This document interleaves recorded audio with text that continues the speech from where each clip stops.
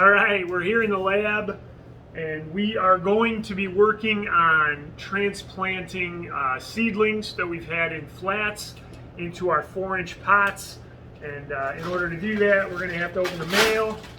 We have ordered 220 additional 4-inch pots online. Feel free to visit feedsvegsbrowns.com, support our mission.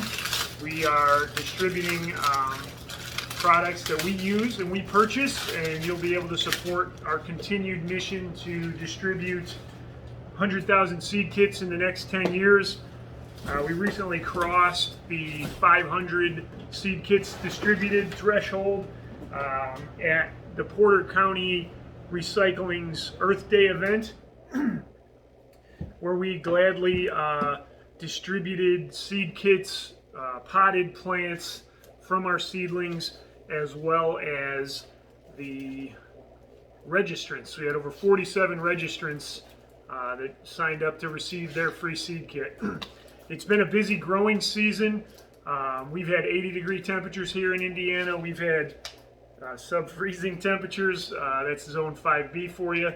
But here, as we conclude April, hopefully we're at the tail end of those freezing sessions. We know we can't put things in the ground until May 15th, so we have multiple flats, again, that we're looking to pull seedlings out of as they mature, put them into pots for sale, and then refill. Today we're going to transplant kale seedlings, clear out some space in one of our flats, and we're going to add an Italian red pepper that we just started soaking this morning to increase the germination rate.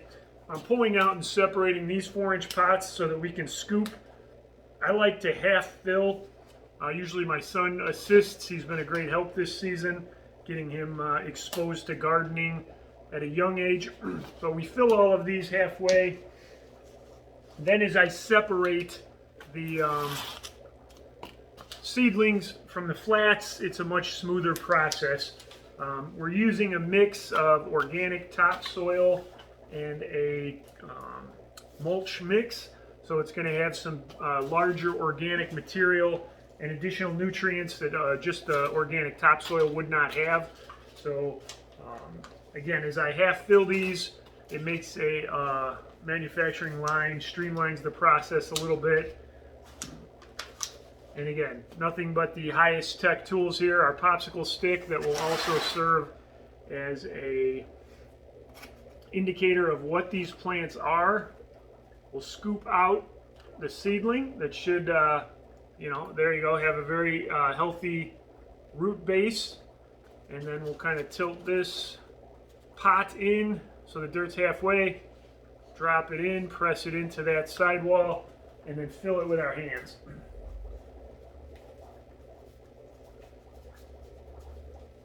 And then we'll make sure to give that a healthy watering as we go through. We're going to do that for all of these, or at least half of these, so that we can clear an entire half to put in the pepper plants. And again, we're doing this in the morning before we start our meetings for the day.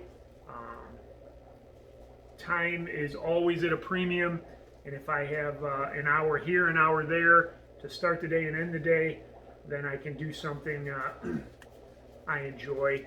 I do enjoy the work that I do, but it doesn't always put the smile on my face that gardening does, that knowing that we're sharing our hobby with people across the country, and that we're able to address food scarcity and food insecurity. To that end, we have been reaching out to local organizations, Northwest Indiana Food Bank, as well as Franciscan Healthcare. Their foundation has a food as medicine program that we're going to be working with, or that we're exploring working with. I don't want to get ahead of myself. Obviously, they have more liability concerns than we do when distributing fresh produce, plants, etc. And again, where I think our best activity can be in raising funds through plant sales, education events, fundraising, entertainment, etc., which is all part of what we try to accomplish. If you haven't tapped in for, we've got a stray dill here we're going to separate. But if you haven't tapped in for our launch concerts, we've partnered with Rock-A-Block in Maryville and put together some pretty dope lineups to announce our season launches for year 1 and year 2. We're planning season 3 as we speak, and what I think we're going to be doing, because of the challenge to get artists to our filming facility, which you may recognize as the cleaned out barn here, but if we start to go live stream through a tool called StreamYard, we can live stream through YouTube or LinkedIn directly. As our audience grows, we can also do TikTok, but it'll expand the reach of the artists that we're talking to. And there's some really talented artists that we're looking forward to working with across the globe, really. So not that we want to stop shedding the spotlight on Chicago and Northwest Indiana, but there's so many talented emerging artists that aren't getting radio play that are deserving of such exposure, and we want to be a part of that. We were just at a show put on by Season 1 All-Star AM Early Morning. He brought in East Coast rapper Crime Apple and some of his associates. There was Daniel's son, Makateka was the DJ, and then just an all-star lineup, AM Early Morning, Jalen Wade, Jamont Ogbone. It was a real fire show at Exit Saloon in Summit, Illinois, and we appreciate AM Early Morning for what he's doing to make sure that Chicago stays a vibrant place for artists to not only come from across the country, but to be able to shine the light on what Chicago artists are doing. And again, really, our goal in connecting to pop culture in that format is to be able to present our local growing, food freedom, grow your own mentality to people that don't necessarily connect the ground with their food. And it's one of the things that we're trying passionately to do. Whether it was when I worked at the DuPage County Fair on promoting their event and hearing that there's kids that actually think chocolate milk comes from brown cows, or they think their eggs come from the grocery store, being able to connect people with the source of their food, and most importantly to natural, non-chemical laden food for our own health and wellness. That's of hyper importance to me. My brother had non-Hodgkin's lymphoma, which has been attributed to a lot of commercial ag chemicals, and part of the reason why I grow my own, and we encourage you to do so as well. We've also heard different reports about the nutrient counts and mineral deficiencies in commercially produced food. Everything you grow your own, if you're composting your own dirt, if you're amending the soil in any way, is going to be significantly more healthy than what you would find at the store. Just as we've depleted the resources, the soil resources that are used to grow those fruits and vegetables, it becomes less and less nutritious. This is a stray dill that we're popping in here. So again, we're transplanting kale plants. Because of the way that we reuse the soil, we try not to waste anything. If I get a flat that doesn't perform well, I just dump that dirt, old seed and all, into our compost mix. And again, that's what we're pulling from here: organic topsoil, mulch, and old dirt that collects on the table. We scrape it in, mix it up. So every now and again we get the stray. Here's a stray dill seed. We've had some stray cilantro. But again, these flats are what we're going to use now to propagate our Italian red pepper in a tray. Again, this is going to go back outside. We just keep it cycling now that the weather's turning. Again, we're still getting freezing temperatures here in Zone 5B. So it is a nightly exercise to check the weather, see how many hours we're going to be at or below that 32-degree temperature range. And again, if it's going to be 32 for an hour, maybe we leave them out there, cover them lightly. If it's going to be 32 for a couple hours, then you're talking about a soft freeze. And any colder than that or longer than that, you would worry about a hard freeze. And again, you'll find in the location that you're at different temperature swings, all sorts of variables that go into that. But realistically, if you cover them with something as similar as a 4-inch pot, depending upon how tall they are, Tupperware, we've used Rubbermaid tubs. It doesn't have to be, heat secure. It just kind of has to stop the cold from coming in, which it may actually be the definition of heat secure. But, again, we're putting pots with drainage holes in the bottom over plants, and that seems to be sufficient. Some are more sensitive than others. We did lose a couple green bean seedlings that were just in the bed. Some things prefer colder temps, so they're not as impacted. Our sugar snap peas are out, lightly covered. I know spinach, the broccoli and cauliflower that we're also growing now. Oh, and here's something. That guy's stuck in there, and he doesn't want to give up, right? We'll set him aside. He definitely deserves to go in something. Okay, so now we've got all of the flats and the different seed pots, I guess. We lined up one row to maximize all of the outstanding kale. This will continue to grow. They're a little peaked, they're a little yellow.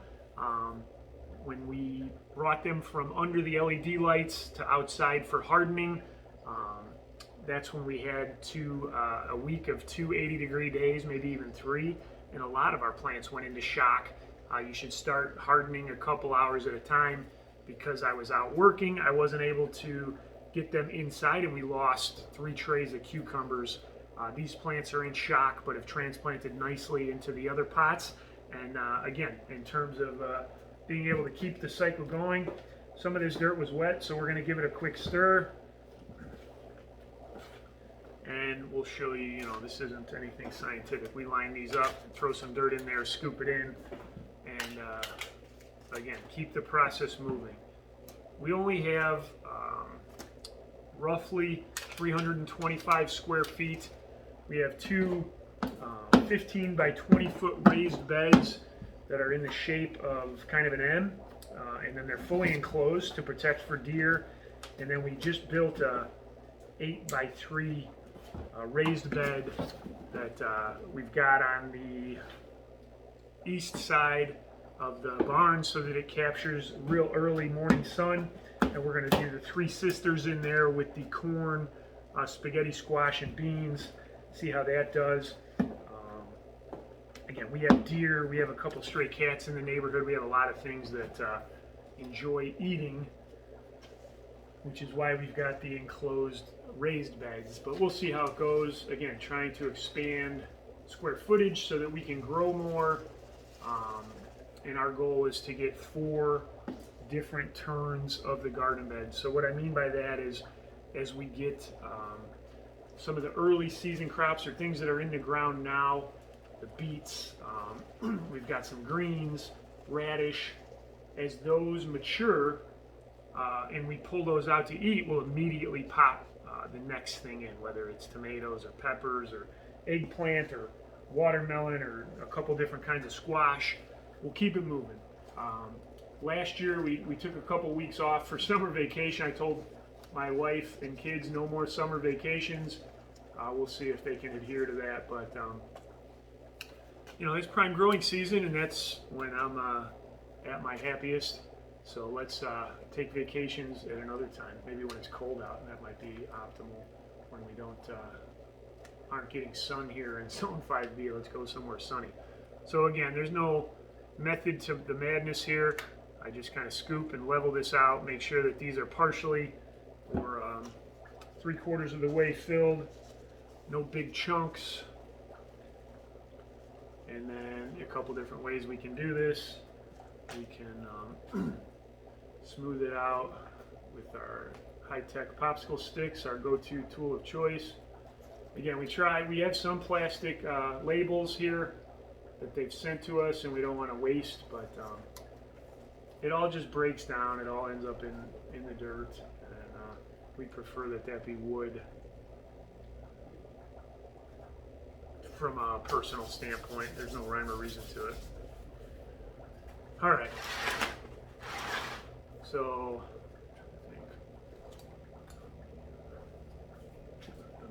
I'm just going to filter the liquid and the seed into the palm of my hand here, and we'll see if there's enough individual seeds. Just grab and drop, and then we can push in later.